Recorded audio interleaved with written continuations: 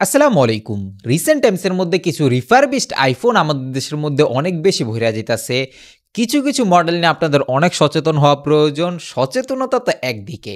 আপনি যদি জেনে বুঝে এখনকার সময় এই প্রাইজিং এ iPhone 12 Pro কিংবা 12 Pro Max as a refurbished হিসাবে পারচেজ করেন নানান ধরনের YouTube ভিডিওস দেখে, আপনার একটু হইলেও সাবধান হওয়া প্রয়োজন। অ্যারাউন্ড 60,000 বাজেটের মধ্যে, ভাই 60,000 বাজেট কম না। আপনি অ্যান্ড্রয়েডের ফোন কিনতে গেলে বহু ফ্ল্যাগশিপ ফোন নতুনই পেয়ে যাবেন। আপনি S23 কিনতে পারবেন অ্যান্ড্রয়েডের মধ্যে কিনতে গেলে।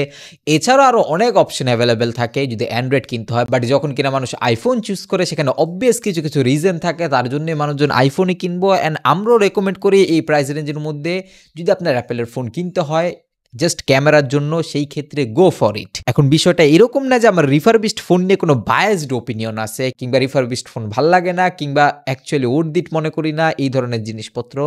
মেন প্রবলেম হইতাছে এই ফোনটা অনেক বছরের আগের, যেটা রিফারবিশড এখনকার সময় কেনার কোনো লজিক হয় না আর এই দাম দিয়ে।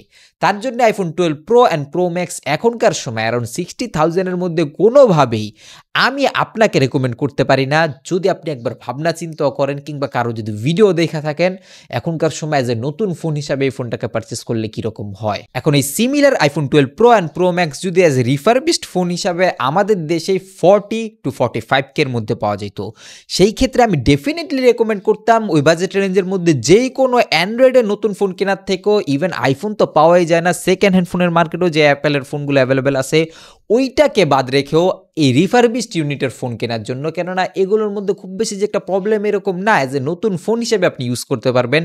আই নো রিসেল ভ্যালু কম থাকে পরবর্তীতে বিক্রি করতে গিয়ে, বাট আপনি ইউজিংয়ের ক্ষেত্রে ফিল করতে পারবেন না। বাট 60K বাজেট দিয়ে 5 বছরের পুরনো ফোন কেনার কোনো সেন্স বানায় না, যেখানে বহু মানুষ বলতেছে যে নতুন আইফোনের মধ্যে এই ধরনের অপশন নাই, মার্কেটের মধ্যে এই দামের ক্ষেত্রে নতুন আইফোন অ্যাভেলেবেল নাই, যখন থেকে কিনা iPhone 11 মার্কেট থেকে আউট হয়ে গেছে কিংবা নতুন হিসেবে পাওয়া যাইতাছে না। লাস্ট টাইম এজ এ নতুন ফোন হিসাবে iPhone 11ই মার্কেটের মধ্যে অ্যাভেলেবেল ছিল অ্যারাউন্ড 60 to 65K এই রেঞ্জের মধ্যে। বাট আপনি প্রিয়ন ফোনের অপশনগুলোর দিকে তাকান, এখনকার সময় অ্যারাউন্ড 60,000 to 70,000 এই প্রাইস রেঞ্জের মধ্যে iPhone 14, iPhone 15 পাওয়া যাবেন যদি আপনি একটু খোঁজ খবর করেন। অ্যান্ড এগুলোর কন্ডিশন আনডাউটেডলি এটা নতুন কেনার থেকে বহু ভালো অ্যাজ এ রিফারবিশড ইউনিট যে ফোনটা এখনকার সময় পাওয়া যায়। একে তো লং টার্মে গিয়ে আপনি সফটওয়্যার সাপোর্ট নিয়ে কোনো জিনিস নিয়ে ইনসিকিউর থাকবেন না। চোখ বুঝে এখনকার সময় iPhone 15 কিনলো, প্রিয়ন ফোন কিনলো, কারো ইউজ হয়েছে এই কন্ডিশনে, নানান ধরনের গ্রুপস কিংবা মার্কেট প্লেস সব জায়গাতে রিসার্চ করে এই জিনিসটা লক্ষ্য করা যেতেছে এখনো অবধি যারা iPhone 15 ইউজ করতেছে বিটুইন 95 to 100% এই পর্যায়ে ব্যাটারি হেলথ আছে। অ্যান্ড চোখ বুঝে আপনি 4 থেকে 5 বছর ইউজ করতে পারবেন, সফটওয়্যার সাপোর্টও থাকবো।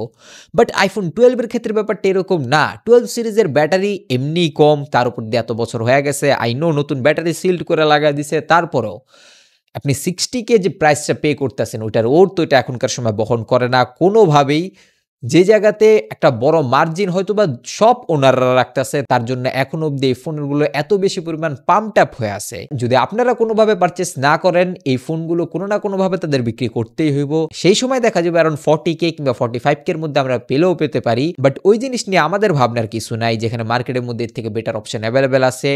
আপনি অ্যাজ এ প্রিয়ন ফোন হিসাবে যে কারো হাত থেকে পারচেস করলে এখনকার সময় যেহেতু আরও বেশি বেটার অপশন পাইতেছেন এই রিফারবিশড ফোনটার থেকে। অ্যান্ড ভবিষ্যতের জন্য সিকিউরিটি আগামী 3 থেকে 4 বছর আরামসে রান করবোই। মাত্র 1 বছরের পুরনো ফোন, খুব বেশি যে একটা ব্যাটারি ডিক্রিজ হয়েছে, কোয়ালিটি নষ্ট হয়েছে ব্যাপারটা এরকমও না।